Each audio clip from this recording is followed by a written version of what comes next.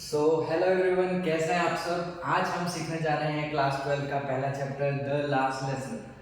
Last lesson ये तो पहला चैप्टर होने वाला है, फिर इसका नाम लास्ट लेसन क्यों है। तो सबसे पहले बहुत ही इंटरेस्टिंग चैप्टर होने वाला है। इसके ऑथर के बारे में जानते हैं। ऑथर का नाम है अल्फोंसो डोडेट। अल्फोंसो डोडेट का जन्म कब हुआ था ध्यान रखिएगा। 1840 से लेके 1897 तक ये रहे। एक फ्रेंच नॉवेलिस्ट थे और शॉर्ट स्टोरी राइटर थे। तो इनकी स्टोरी के बारे में जानते हैं, लेकिन उससे पहले इनके बैकग्राउंड के बारे में देखते हैं। इस स्टोरी का बैकग्राउंड क्या है। सबसे पहले देखते हैं कि द लास्ट लेसन जो है वो एक फ्रैंको पर्शियन वॉर के टाइम पे लड़ा गया था। उस टाइम पर ही ये लिखा गया था। फ्रैंको पर्शियन वॉर, फ्रैंको से इनका मतलब है फ्रांस, ठीक है, जो आज का फ्रांस है। और प्रूशिया, प्रूशिया जो है वो उस टाइम का जर्मनी और पोलैंड को कहा जाता था। इसमें क्या हुआ था, इसमें ये हुआ था कि फ्रांस जो था वो डिफीट हो गया था। किसने डिफीट कर दिया था उसे, प्रूशिया ने। और इस डिफीट के चलते क्या हुआ था, इस डिफीट के चलते ये हुआ था कि फ्रांस के जो दो शहर थे बड़े बड़े, कौन से, अल्सासी और लॉरिन, नाम ध्यान से रखिएगा, अल्सासी और लॉरिन, फ्रांस के जो दो बड़े बड़े शहर थे उन पर अब किसका कब्जा हो गया था, प्रूशिया का। तो अब कुछ तो होने वाला था उसकी वजह से। तो ये जो स्टोरीज के सबसे मेन कैरेक्टर हैं वो हैं ये, ठीक है। देखिए इनको ध्यान से देखिएगा। इनका नाम है फ्रेंज। एक छोटा सा बच्चा है, प्यारा सा बच्चा है। इसका नाम क्या है, इसका नाम है फ्रेंड्स, ठीक है, फ्रेंड्स नाम है।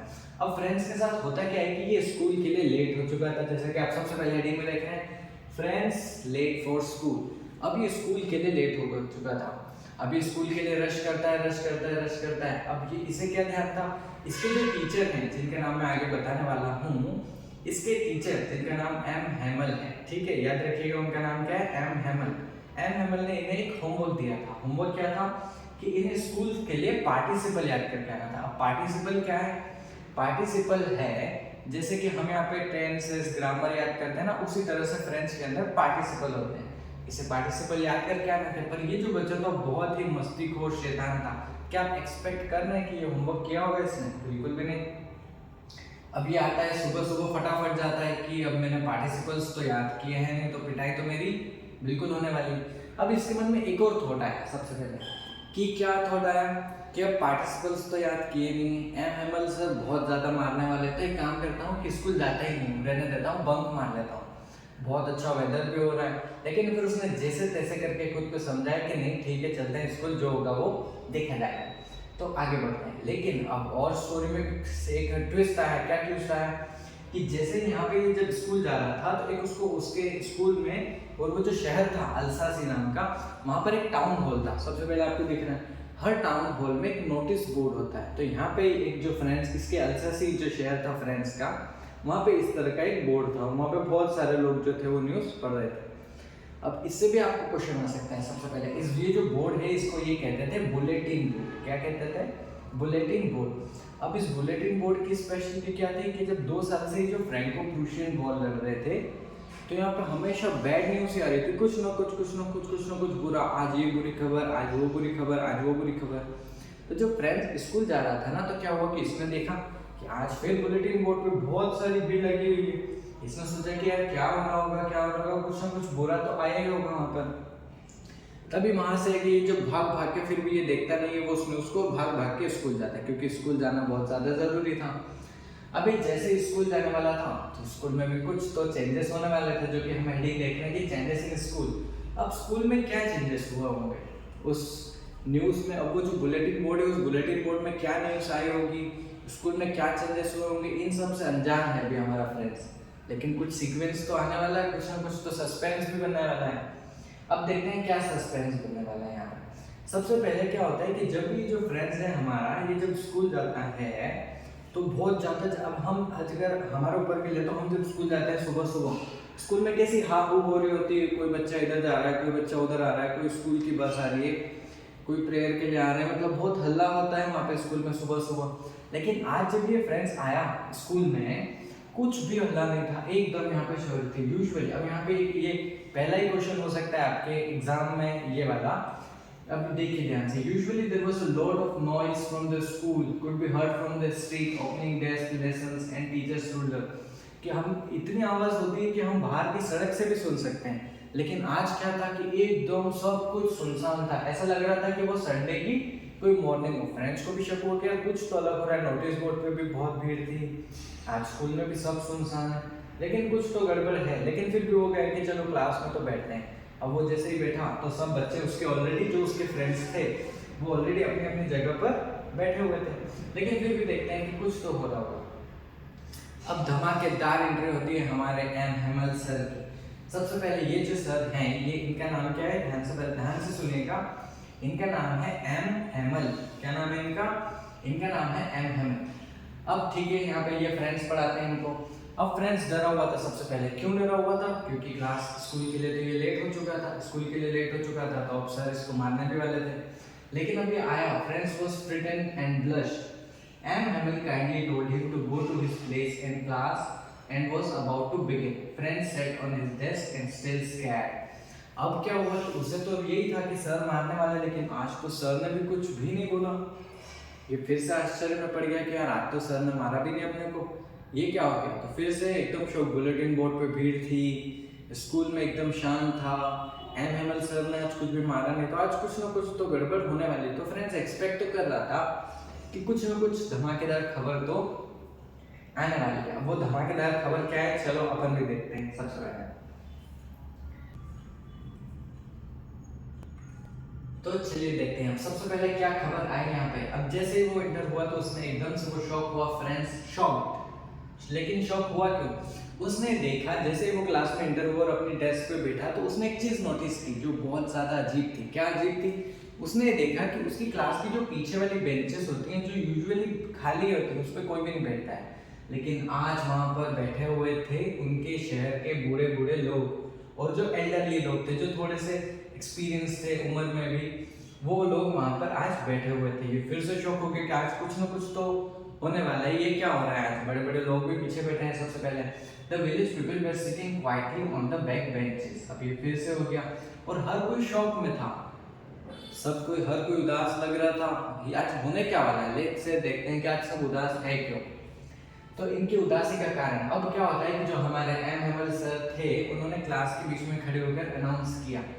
क्या अनाउंस किया? अब जो भी शौक है वो रिवील होने वाला है। तो इन्होंने अनाउंस किया सबसे पहले कि सबसे पहले देखते हैं, he told the class that it was the last lesson as order from Berlin to teach only German in the school of Alsace and Lorraine. अब हुआ क्या, हम समझते हैं कि जो प्रूशिया था उसने फ्रांस के जो दो शहर थे अल्सासी और लोरिन, वहां पर कब्जा कर लिया था। अब क्या होने वाला था कि उन्होंने ये ऑर्डर जारी किया कि अब से यहाँ पे इन दो शहर में फ्रांस नहीं सिखाई जाएगी, जो फ्रेंच लैंग्वेज है वो नहीं सिखाई जाएगी, और अब यहाँ पे जर्मन सिखाई जाएगी, क्योंकि अब वो जर्मन वाले लोग जो जीत गए थे तो अब उनकी लैंग्वेज सिखाई जाएगी। तो एम एम एल सर ने ये अनाउंसमेंट की कि आज जो आप जो लेसन सीखने वाले हैं वो आपका लास्ट लेसन होने वाला है। क्यों? क्योंकि कल से एक नया टीचर आएगा और वो नया टीचर आपको क्या सिखाने वाला है, जर्मन। अब ये सुन के सब लोग, हर कोई शौक हो गया। अब क्या हुआ यहाँ पे, सबसे पहले स्टोरी में एक बहुत बड़ा ट्विस्ट आता है। यहाँ पे क्या होता है, इसका नाम है रिग्रेट्स। फ्रेंड्स के कुछ रिग्रेट्स। क्यों होता है? अब देखिए, फ्रेंड्स की स्टोरी में आपको सुनाता हूँ कि जो फ्रेंड्स है वो बहुत ही मस्तीखोर बच्चा है, जिसका पढ़ाई में कोई इंटरेस्ट नहीं होता है। अब वो मस्तीखोर बच्चा क्या होता है कि उसने अभी तक क्या सीन रहा था कि फ्रेंड्स ने कभी भी जो फ्रेंच लैंग्वेज है इसको कभी सीरियसली लिया ही नहीं। ना एम हेमल सर को लिया, एम हेमल सर कुछ होमवर्क देते तो वो उसको भी सीरियसली नहीं लेता। तो इसने तो फ्रेंच लैंग्वेज कभी सीखी ही नहीं थी, क्योंकि पढ़ाई में कभी मन लगता नहीं था।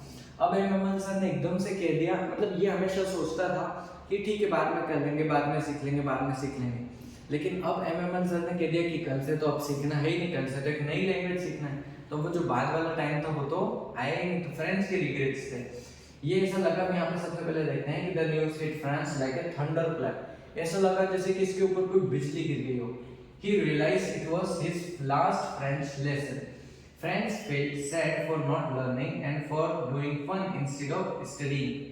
His books, once a burden, now felt like old friends. Like वो जो उसकी बुक्स थी फ्रेंच की, वो पहले सोचता था कि यार इतनी मोटी मोटी बुक कौन पढ़ता होगा, एक बोझ के जैसे लगती है।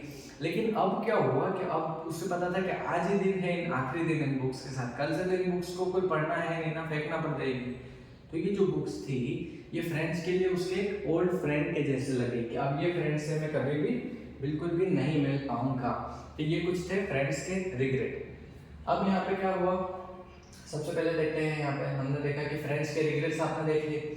अब friends felt sorry for M Hamel. अब एम हेमल ने यहाँ पे क्या बोला, अब उसे फ्रेंड्स को समझ में आया, धीरे धीरे समझ में आने लगा कि ये सब क्यों हो रहा है, क्यों हो रहा है, क्यों बुलेटिन बोर्ड पे इतने सारे लोग थे, क्यों आज स्कूल में बिल्कुल भी हसल बसल नहीं हो रही थी, क्यों आज एम हेमल सर ने डांटा भी नहीं, क्यों आज जो एल्डरली पीपल थे वो जो अपनी पीछे वाली सीट थी वहां पर बैठे थे।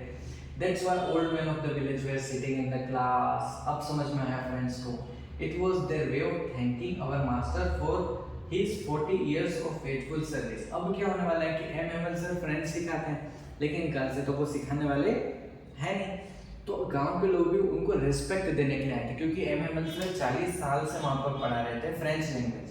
तो अब जो गांव वाले थे और जो अल्सासी वाले जो उस शहर के थे, वो सब लोग आए थे ताकि उन एम हेमल सर जो है उनको रिस्पेक्ट दे सके, कि आपके रिस्पेक्ट में हम, आपने इतने सालों की सर्विस दी तो उसके रिस्पेक्ट में हम आज यहाँ पर बैठे। उनको उनका एक वे था रिस्पेक्ट शो करने का, showing their respect for the country that was theirs no more. अब यहाँ पे कुछ तो होने वाला था, क्योंकि आज लास्ट लेसन है, मतलब पढ़ाई तो फिर भी होने वाली है। अब क्या हुआ कि लास्ट लेसन है लेने की पढ़ाई सब की हो रही है, तो कुछ ना कुछ आज एम एम एल ने टेस्ट लिया। टेस्ट कैसे लिया मैं बताता हूँ। अब क्या था कि आप इमेजिन कर रहे हैं कि बहुत सारे बच्चे यहाँ पे क्लासरूम में बैठे हुए। अब एम एम एल सर ने क्या किया, जैसे हम क्लास में क्या करते थे छोटी छोटी क्लासेस में, कि टीचर हमको खड़ा करता था बेंच पर और हम क्या करते थे, वो बुक पढ़ने लग जाते थे, बुक पढ़ने लग जाते थे।